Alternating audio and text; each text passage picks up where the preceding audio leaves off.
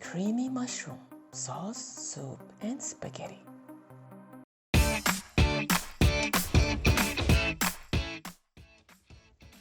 Prepare 5 cups of chopped mushroom. It can be any kind of mushrooms. Dice 1 medium onion. Add 2 tablespoons of oil inside a wok on a medium heat. And then add 1 tablespoon of butter. Mix, then add 1/4 teaspoon of salt, 1/8 teaspoon of white pepper, 1/8 teaspoon of nutmeg. Mix and then add the chopped onion.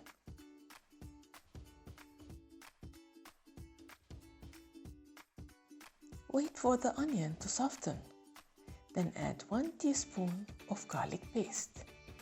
That's equivalent to 3 garlic cloves. Click on the link above to see how to make garlic paste. Add around 5 cups of mushroom. You can mix different kind of mushroom. Here I added button mushroom, but a little bit of chiquita with it is also good.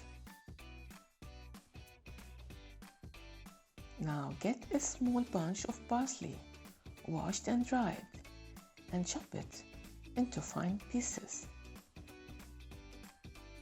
Parsley is optional in this recipe.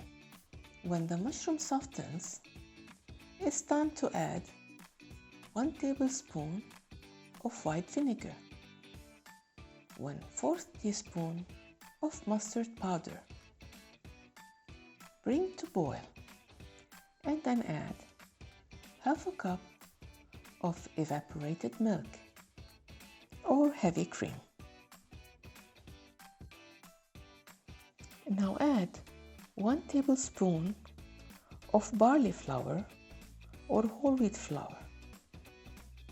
Mix well and finalize it with 1 tablespoon of a good kind of Parmesan cheese.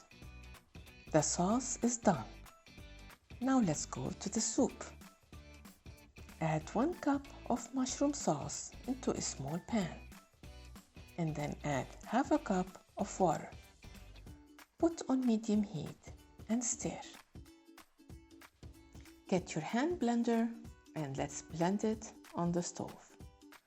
Make sure you don't blend it too creamy. I like to have some chunks in my soup. At this point, you can add some salt and some spices. Bring it to boil and then lower the heat to medium-low and let it simmer for 3 minutes.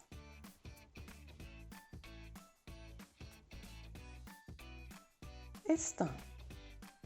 We serve and garnish with parsley, mushrooms, and Parmesan cheese. And now the spaghetti. We add 1 cup of mushroom sauce, half a cup of water, and bring to boil on medium heat.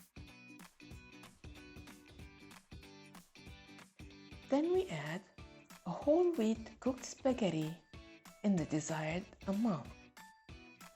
Leftover spaghetti will not taste good the next day.